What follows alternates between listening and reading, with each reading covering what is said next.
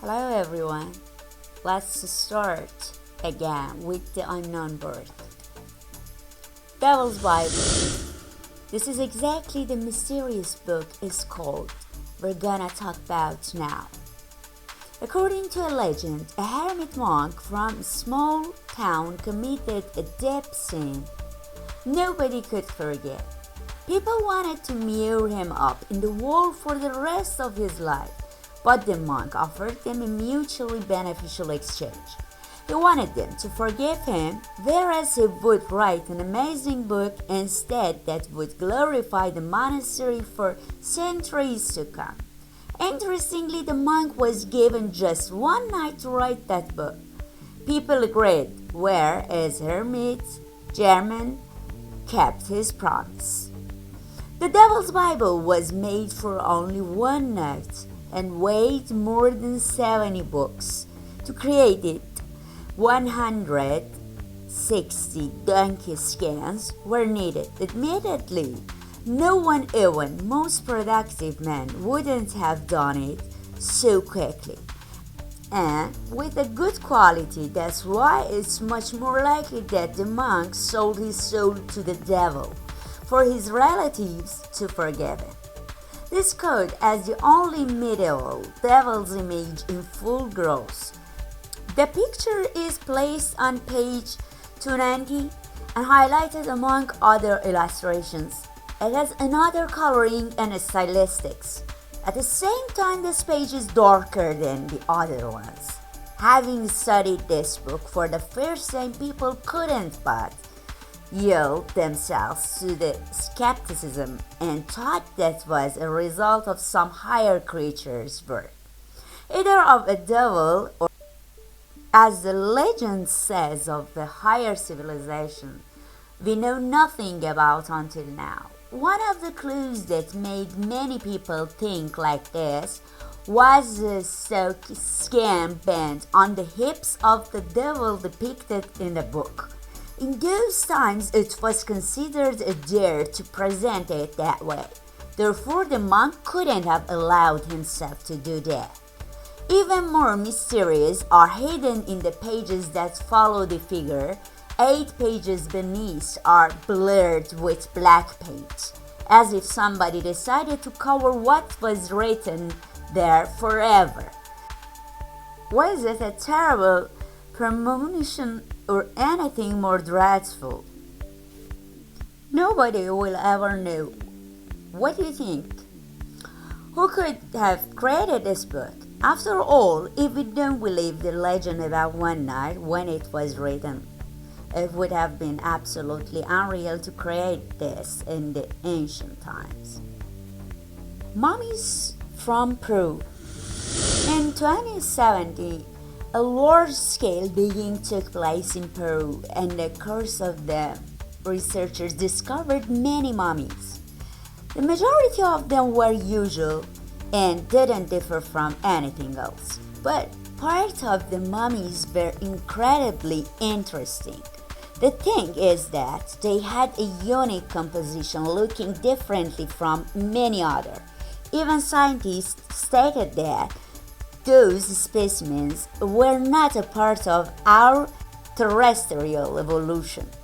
For example, one three-pied mummy was a female and its growth exceeded about 5 feet 7 inches. According to many analyses made immediately, its age exceeds 1,500 years.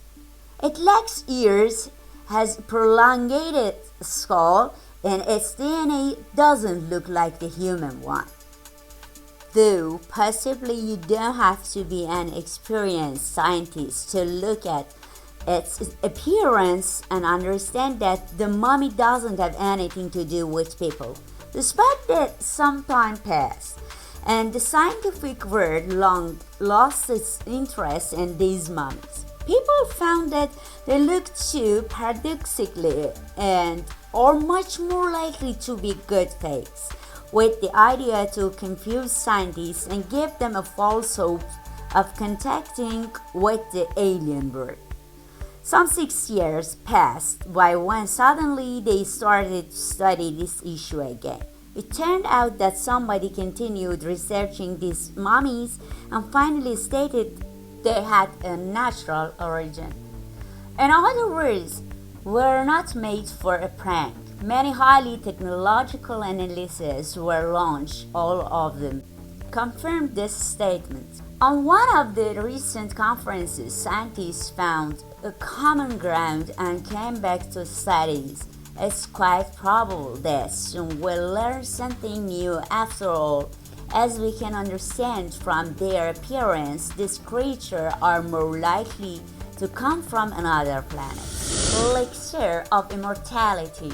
Those are not only modern people that dream of eternal life, having a lot of ambitions and a desire to follow the development of this world on a permanent basis. It was typical for ancient times as well. Back then, as it seems to me, people were even more obsessed about it. It went to the point that the explored elixir of immortality prepared them and took not worrying about their health. One such wonderful waste was discovered in an ancient place in China. The liquid was in a bronze pot. Because of the scent, scientists thought it was an alcoholic drink. However, the laboratory research revealed that the liquid basically consists of potassium, lignite, nitrate. These ingredients are mentioned in the ancient text as the main ones needed to prepare a medicine for death. Up to this moment, people considered that such elixir are not more than an invention. However, it turned out that such things really existed in the past and were very popular. As historians say, people couldn't have come to this combination. Their development was on a completely another level. That's why those are likely to be higher creatures that provided them with this recipe. Planet X.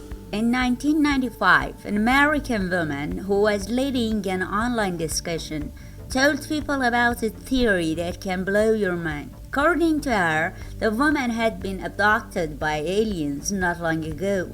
Their goal was clear and understandable: to implant something like a tiny tap in her head through which aliens could broadcast thoughts and warnings to save humanity.